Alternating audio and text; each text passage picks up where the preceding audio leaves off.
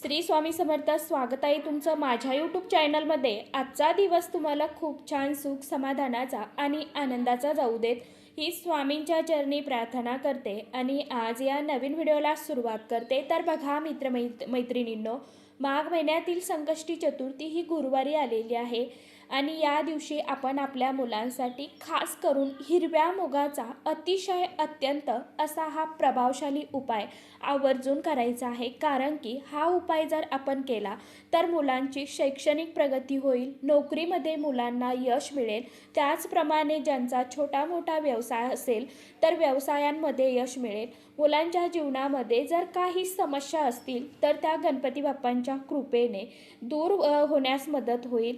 आता हा उपाय आपण कशा पद्धतीने करायचा आहे, कोणत्या वेळेमध्ये करायचा आहे आणि नेमके हिरवे मूग आपल्याला कुठे अर्पण करायचे आहे याविषयीची सविस्तर माहिती आजच्या या नवीन व्हिडिओमध्ये मी तुमच्याबरोबर शेअर करणार आहे.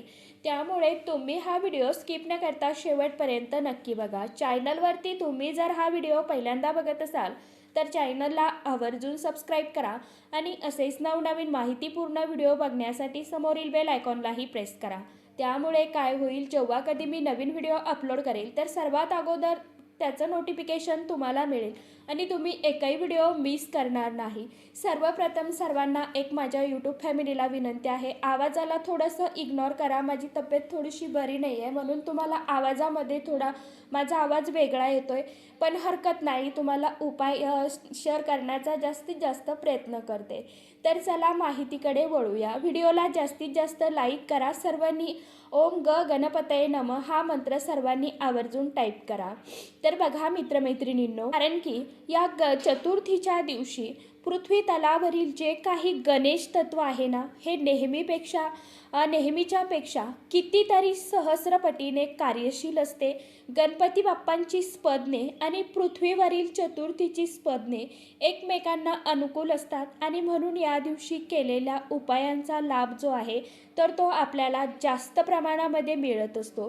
कारण की हिरव्या मुगाचे आपण काही उपाय जे आहेत तर ते या दिवशी करायचे असतात. खास करून आपल्या मुलांसाठी हे उपाय जे आहेत तर ते करायचे आहे. बघा, या दिवशी गणेश मंदिरामध्ये जर आपण हिरव्या मुगाचं दान केलं म्हणजे आपण पाव किलो, 1 किलो, 1.25 किलो असे हिरवे मूग जे आहे तर ते एखाद्या व्यक्तीला किंवा 5 व्यक्तीला किंवा 7 व्यक्तीला आपण किंवा एका व्यक्तीला असू देत, आपण आपल्या परिस्थितीनुसार आपण हे जे आहेत तर ते दान करू शकता. हिरवे मूग, डाळ नाही आहे तर हिरवे मूग आपण जे आहेत तर ते अर्पण करू शकता. यामुळे सुद्धा बाप्पांचा आशीर्वाद आपल्याला मिळत असतो. गणपती बाप्पा हे आपल्यावरती प्रसन्न होतात. कारण की गणपती बाप्पा हे ज्ञानाचे बुद्धीचे देवता आहेत आणि प्रथम पूजनीय मानल्या जातात. यामुळे आपल्या इच्छा पूर्ण करत असतात. आता खास असा 108 हिरव्या मुगांचा उपाय जो आहे तर तो आपण तर बघणारच आहोत. परंतु हा उपाय जो आहे तर तो कुणी करायचा आहे तर आईने किंवा वडिलांनी, किंवा जर मुलं स्वतः हा उपाय करण्यासारखे असतील, जसे की मोठे असतील तर ते स्वतः सुद्धा हा उपाय करू शकतात, काही अडचण नाही. बघा, आता हिरव्या मुगाचा उपाय करायचा आहे. हिरवे मूग जे आहेत तर ते बुध ग्रहाचं प्रतिनिधित्व निर्माण करतात आणि बुधाच्या प्रभावामुळे मुलांना अलौकिक बुद्धिमत्ता, आकर्षक व्यक्तिमत्व प्राप्त होत असतं. त्यामुळे आपल्या मुलांची स्मरणशक्ती सुधारण्यासाठी किंवा लहान मुले जी आहेत तर ती सतत हट्टीपणा, रागराग, चिडचिडपणा करतात, अशा वेळेला सुद्धा आपण हा उपाय करू शकता. जी मुलं समजा शाळेमध्ये जातात, त्यांना हवी तशी मनासारखी मार्क्स मिळत नाही, त्यांची स्मरणशक्ती कमजोर झालेली आहे, खूप अभ्यास करतात परंतु परीक्षेमध्ये त्यांना वाचलेलं काही आठवत नाही आहे, त्यांना मनासारखे मार्क्स मिळत नाही, तसेच त्यांच्या जीवनामध्ये ज्या काही अडचणी आहेत, संकटे आहेत, दुःख आहेत तर ती दूर व्हावी, नजर दोष नष्ट व्हावा, तरीसुद्धा हा जो उपाय आहे तर तो अतिशय अत्यंत प्रभावशाली मानला जातो. त्याचप्रमाणे जी मुलं नोकरी शोधत आहे परंतु मनासारखी नोकरी त्यांना मिळत नाही आहे, किंवा नोकरी आहे परंतु त्या नोकरीमध्ये त्यांना प्रमोशन मिळत नाही, यासाठी सुद्धा तुम्ही हा जो उपाय आहे तर तो करू शकता. आता या दिवशी आपल्याला म्हणजेच गुरुवारी संकष्टी चतुर्थीच्या दिवशी सकाळी लवकर उठायचं आहे स्वच्छ स्नान करायचं आहे. अंघोळीच्या पाण्यामध्ये आपल्याला चिमूटभर हळद आवर्जून टाकायची आहे. गंगाजल थोडंसं टाकायचं आहे. त्या पाण्याने स्वच्छ स्नान करायचं. यानंतर शक्य असेल तर लाल किंवा पिवळ्या रंगाचे वस्त्र आपल्याला परिधान करायचे आहे. शक्य असेल तर करा, नसेल तर काळा रंग सोडून इतर कुठल्याही रंगाचे तुम्ही परिधान करू शकता, हरकत नाही. यानंतर गणपती बाप्पांची पूजा विधिवत करून घ्यायची. आपल्याकडे जर मूर्ती असेल, फोटो असेल तर मूर्तीला आपल्याला अभिषेक करायचा आहे. पंचामृताने करा, शुद्ध पाण्याने करा, गाईच्या कच्च्या दुधाने करा. तुम्हाला अभिषेक करायचा आहे. अभिषेक करत असताना तुम्ही गणपती अथर्व शीर्षम पठण करू शकता किंवा मग ओम गणपतये नमः हा मंत्र जप करू शकता. मग अभिषेक करून झाल्यानंतर स्वच्छ पाण्याने मूर्ती तुम्हाला स्वच्छ करून घ्यायची. मूर्ती कोरडी करून जागेवरती ठेवायची. सर्वप्रथम तुम्हाला विड्याचं पान जे आहे तर ते ठेवायचं आहे आणि त्या पानावरती तुम्हाला गणपती बाप्पांना विराजमान करायचं आहे. गणपती बाप्पांना हळदी, कुंकू, अक्षदा, फूल अर्पण करायचं. लाल जास्वंदीचं फूल अर्पण करा, लाल गुलाबाचं फूल अर्पण करा. त्यानंतर दुर्वा अर्पण करायचं आहे. कारण दुर्वा आणि जास्वंदीचं फूल हे गणपती बाप्पांना इतकं अतिशय अत्यंत प्रिय आहे, सर्वांनाच माहीत आहे. त्यानंतर नैवेद्य आपल्याला मोदक किंवा गुळखोबऱ्याचा नैवेद्य ठेवायचा आहे. आणि अशा प्रकारे आपल्याला विधिवत गणपती बाप्पांचं पूजन जे आहे तर ते करून घ्यायचं. यानंतर आपल्याला हा उपाय करायचा आहे. हा उपाय केला समजा तुम्ही सकाळी तरी चालेल किंवा मग दिवसभरामध्ये तुम्हाला ज्यावेळी वेळ मिळेल, शक्य होईल त्यावेळीसुद्धा तुम्ही हा उपाय करू शकता. आता या उपायासाठी आपल्याला हिरव्या रंगाचं एक कोरं कापड जे आहे ना तर ते घ्यायचं आहे. हिरवे 108 मुगाचे दाणे घ्यायचे आहे. मुलांसाठी उपाय करू आता एका मुलांसाठी उपाय करू शकता, 2 मुलांसाठी, कितीही मुलं असतील तर सर्वांसाठी हा उपाय करू शकता. फक्त एक मूल असेल तर 108 मुगाचे दाणे घ्या. एक रंगाचा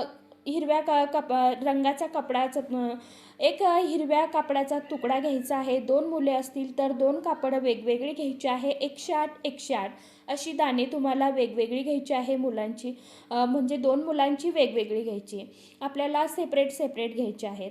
आणि अख्खेच मूग आपल्याला वापरायचे आहे, डाळ वापरायची नाही आहे. तुटलेले, फुटलेले किंवा भोंग लागलेले, किडलेले मूग घेऊ नका. चांगले मूग घ्यायचे आहे.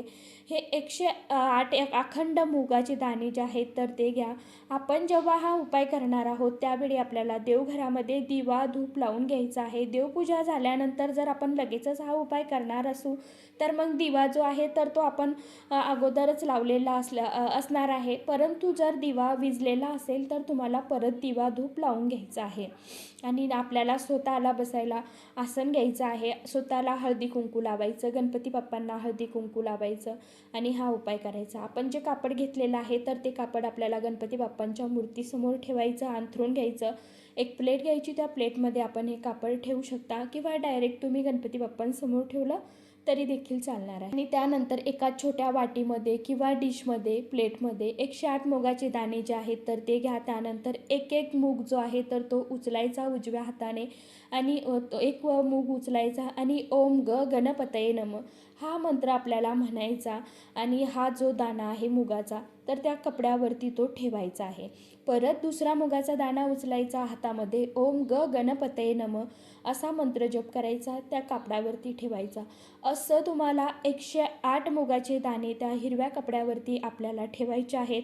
यानंतर आपण ज्या मुलासाठी उपाय केलेला आहे, आपल्या मुलाचं जे नाव आहे, त्याचं काय शिक्षण चालू आहे तर ते नाव घेऊन त्याच्या मागची जी काय इडापिडा आहे, दशा आहे तर ती दूर व्हावी, त्याची प्रगती व्हावी आणि त्याच्या जीवनामध्ये यश मिळावं, त्याची प्रगती व्हावी. जी काही संकटे, विघ्ने असतील, अडचणी असतील तर ती दूर व्हावी असं गणपती बाप्पांना आपल्याला सांगायचं आहे. यांना बुद्धी प्राप्त होऊ द्या, आपण असं गणपती बाप्पांना म्हणायचं आहे. एका मुलांसाठी आपण हा उपाय केला किंवा 2 मुलांसाठी केला तरी आपल्याला प्रत्येकाचं नाव घेऊन त्याच्या मागची जी काय इच्छा आहे, समस्या आहे किंवा जी काय आपल्याला अडचण आहे तर ही गणपती बाप्पांना सांगून ती समस्या दूर व्हावी म्हणून आपल्याला गणपती बाप्पांकडे मनोमन प्रार्थना करायची आहे. यानंतर आपल्याला काय करायचं आहे, तर मुगाचे दाणे त्या हिरव्या कापडामध्ये आपल्याला बांधायचे आहे. म्हणजे काय, पोटली तयार करायची आहे. त्यानंतर आपल्याला ती पोटली गणपती बाप्पांच्या चरणाजवळ ठेवायची आहे. त्यानंतर काय करायचं, गणपती बाप्पांना दोन्ही हात जोडून, मुलं जर जवळ असतील, घरी असतील, तर मग तुम्ही मुलांना सुद्धा जवळ घेऊन उपाय करू शकता. हात जोडून मनोमन नमस्कार करायचा. ही पोटली जी आहे तर ती गणपती बाप्पांच्या चरणाजवळ आपल्याला थोडा वेळ तशीच राहून द्यायची आहे. थोडा वेळ तशीच राहून द्या. एक अर्धा तासानंतर तुम्ही ती पोटली जी आहे तर ती उचलायची आणि आपल्या मुलांच्या उशीखाली जी आहे तर ती ठेवायची आहे. आता मुलं जे आहेत तर ते बाहेरगावी राहत असतात शिक्षणासाठी, तर मग त्या मुलांची जी वस्तू आपल्या घरामध्ये आहे असतातच ना, कपडे असतात, ड्रेस असतात, त्या वस्तूमध्ये आपल्याला फक्त हे ठेवायचं आहे. फक्त ती वस्तू जी आहे तर ती चामड्याची नसावी.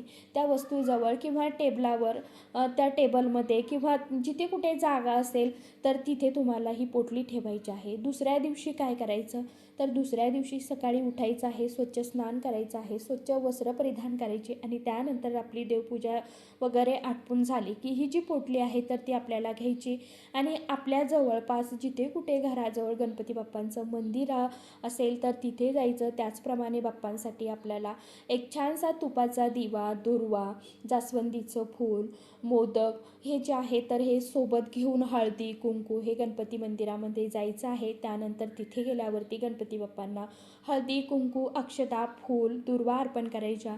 गुळ खोबऱ्याचा किंवा मोदकाचा नैवेद्य अर्पण करायचा आणि यानंतर आपण जी पोटली आपल्यासोबत आणलेली आहे तर ही गणपती बाप्पांच्या चरणाजवळ ठेवायची आणि परत एकदा गणपती बाप्पांकडे मनोमन प्रार्थना करायची की माझ्या मुलाच्या आयुष्यामध्ये जी काय समस्या आहे तर ती दूर होऊ द्या, तुमच्या कृपेने नष्ट होऊ द्या. तर अशा प्रकारे हा अतिशय अत्यंत साधा सोपा हा उपाय जो आहे तर तो आपल्याला गुरुवारी संकष्टी चतुर्थीच्या दिवशी करायचा आहे. फक्त सांगणं एवढंच आहे, कष्ट कर्म चांगली करत चला. पूर्ण श्रद्धेने हा उपाय करून बघा. आता हा उपाय करायला आपल्याला तेवढा वेळ नसेल तर मग काय करावं, 21 मुगाचा आपल्याला उपाय करायचा आहे. काय करायचं बघा, 21 मुगाचे दाणे जे आहेत ना तर ते मूग हा घ्यायचे आहे. मूग ओम ग गणपतये नमः असं म्हणत आपण गणपती बाप्पांना हे मूग जे आहेत हिरवे तर ते अर्पण करायचे आहे. आता घरीच आपण हा उपाय केला तर मग या मुगाचं परत पुन्हा काय करायचं, तर बघा 21 मूग जे आहेत तर ते आपण आपल्या आमटीमध्ये, भातामध्ये, खिचडीमध्ये टाकू शकता, काही हरकत नाही. किंवा मग तुम्ही पक्ष्यांनासुद्धा हे मूग जे आहेत तर ते खाऊ घालू शकता किंवा गाईला खाऊ घालू शकता. कारण की हिरव्या मुगाचं महत्त्व जे आहे तर ते खूप प्रभावी मूग मानले जातात, हिरवे मूग. आणि खरोखर या हिरव्या मुगामुळे आपला हिरवे मूग जे आहेत तर ते बुध ग्रहाचं प्रतीक मानल्या जातात. म्हणून आपण ज्यावेळी अशा ठराविक आणि प्रभावशाली तिथींवरती असे काही छोटे मोठे उपाय करतो आणि उपाय करत असताना मनापासून जर केले ना तर त्या उपायांचं सेवेचं फळ जे आहे तर कोणताही देवी देवता असो ते आपल्याला फळ देतच असतात. फक्त आपलं काम काय जे आहे, कष्ट करायचे. फक्त आपण उपाय का करत असतो, तर आपल्या कष्टाला आपल्या नशिबाची साथ मिळावी म्हणून आपण हे छोटे मोठे उपाय जे आहे तर ते अशा ठराविक तिथींना करत असतो. आणि मी तर म्हणेन आवर्जून करून बघा. फक्त विश्वास ठेवून उपाय करा, तरच तुम्हाला त्या उपायांचं सेवेचं फळ जे आहे तर ते नक्कीच मिळणार आहे. तर सांगितल्याप्रमाणे नक्की उपाय करून बघा. आशा करते व्हिडिओमध्ये सांगितलेली माहिती सर्वांना समजलीच असेल. तर चला, आजच्या व्हिडिओमध्ये इतकीच माहिती होती. कशी वाटली नक्की सांगा. व्हिडिओ आवडला तर चॅनलला आवर्जून लाईक, शेअर, सबस्क्राईब जरूर करा. परत भेटूया नवीन माहितीसोबत, नवीन व्हिडिओसोबत. तोपर्यंत सर्व माझ्या यूट्यूब परिवाराला श्री स्वामी समर्थ.